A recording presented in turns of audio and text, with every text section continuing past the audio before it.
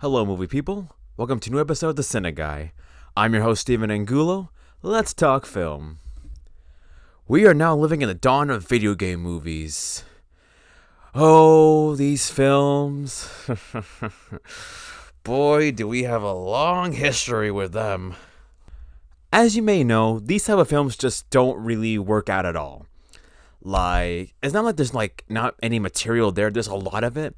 It's just the way that it's executed and brought to the big screen. Most times, very low budgeted and just has a horrible story that makes no sense. Yes, I'm talking about you, German filmmaker Uwe Boll. These films don't have to be retro and low budgeted and just plain bad looking. I don't even know what you were thinking, honestly. No, bad idea, dude. And then came Super Mario Bros., Tomb Raider that's not the Angelina Jolie one, Doom, Warcraft, and we're just wondering, is this a genre of movies that just shouldn't be touched? Because something is not right here.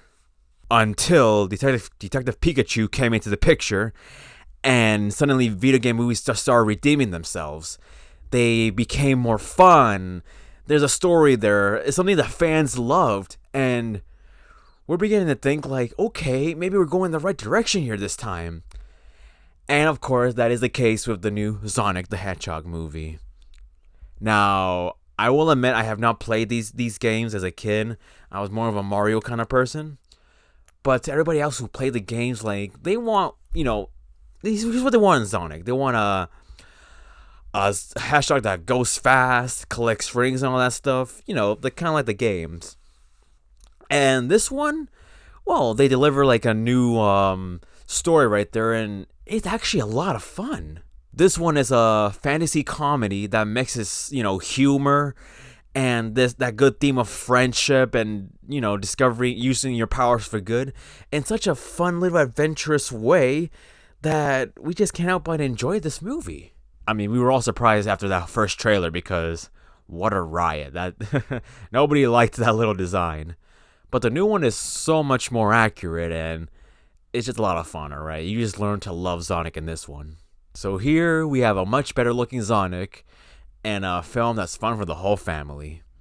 So the story is, of course, Sonic is a fast hedgehog.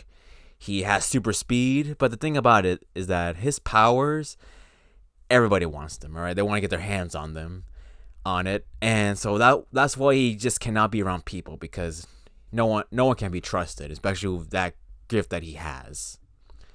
And so he finds himself in the city of Green Hills, Montana.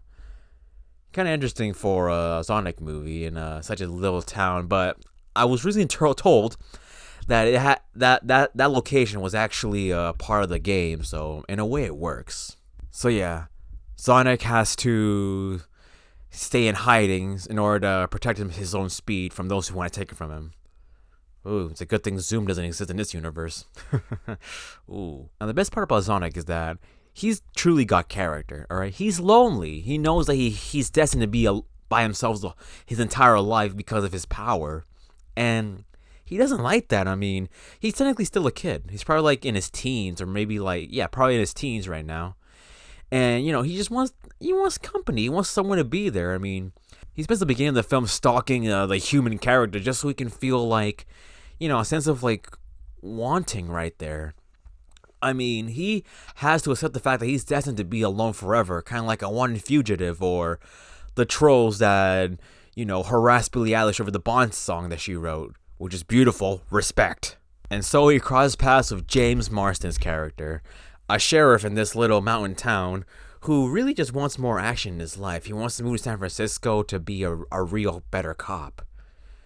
I'm not sure why San Francisco. You find a lot more action New York, even Boston. You go to Lynn or Dorchester, you're bound to find a lot of action, especially with the cops there. Don't deny that. But that truly does give his character purpose, and it's what builds up his relationship with Sonic.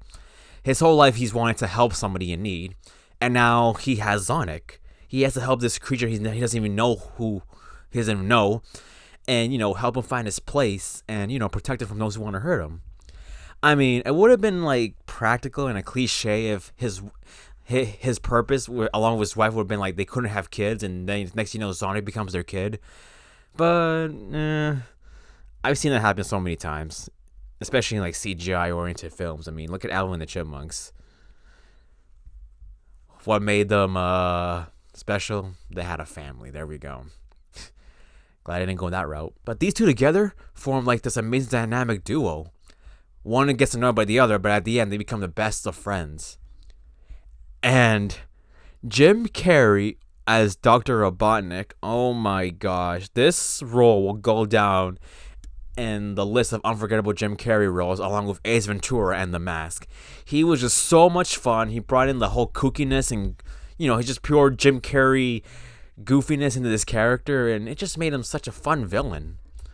It was just, you know, pure Jim Carrey, the one that we know and love from the 90s, especially from the 90s, because I don't know what happened to Jim Carrey. Like, oh my gosh, I haven't seen this since Yes Man. That was a long time ago, too. Wait, not even Yes Man. That was probably like Dumb and Dumber 2. I don't even think that channeled good Jim Carrey. Oh my gosh, was the last good Jim Carrey movie The Grinch? Thank you, Sonic. Now the question remains, is this a good video game movie? Well, with the Sonic series, there's a lot that can be done. I mean, this is a blue hedgehog with super speed. That's a great concept right there, and it can be, you know, told in so many ways with these stories. And from what I've seen, it works out pretty well. Like, there's a lot of charm in it, and it does kind of follow the formula of like almost every family film. And despite the atmosphere feeling like a Nickelodeon movie, there's hardly any toilet humor in it. That's amazing right there. Nobody laughs at toilet humor anymore, alright? Cut it out, alright? That died with that Daddy Date Camp movie, and I don't even know if that was like the downfall of Cuba Gooding Jr.'s career right there. But yeah, Sonic, thank you for actually sticking with actually, you know, being a good family movie that doesn't have to rely on fart jokes every second. It focuses on characters. No, this movie focuses on character development. And like there's the themes of friendship, finding a new path for yourself, and, you know, wanting to belong. There's a lot of things that the whole family can enjoy right there. And unlike like the Transformers or the Godzilla movies, the focus is all on Sonic. The humans are just there as side characters. It's what we want in a Sonic movie, or any movie that has the character's name on the title. Let me just say, Sonic was the best character in the whole film. I mean, he had the greatest one-liners that just made me laugh so much. I mean, you ever see a blue CGI hedgehog quote Fast and Furious? No, you haven't. Oh, and there is a Quicksilver type scene in this movie.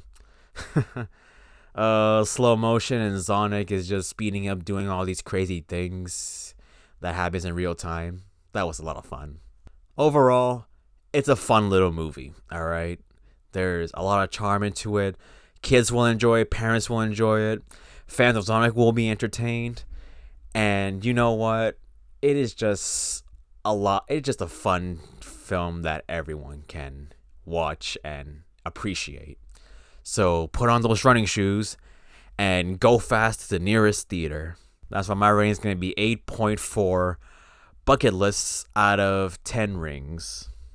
Yes. Alright guys, hope you enjoyed this episode. Leave a like if you did, subscribe and join the crew, and we'll see you next time for another great, awesome review. Also, be sure to follow the Instagram page at CineGuy Steven for more fun reviews. I posted my rhythm section and downhill reviews. I mostly just trashed them, so check out what I had to say. Alright, this is Steven Angulo signing off. That's a wrap. Gotta go fast.